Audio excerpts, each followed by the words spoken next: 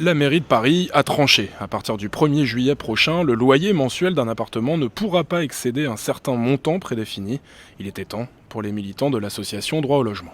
Les locataires n'ont jamais payé aussi cher pour se loger. Ils consacrent 40 à 5% de leur, 50% de leurs revenus pour des loyers et des logements souvent minables, enfin des toutes petites surfaces.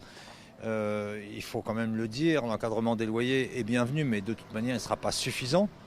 Voici donc à quoi ressemblerait la carte des loyers pour un 2 pièces récent à Paris. En vert, les plafonds les plus abordables et en rouge, les plus élevés, jusqu'à 35 € du mètre carré pour le quartier des Invalides, 21 € maximum pour la porte de la Chapelle.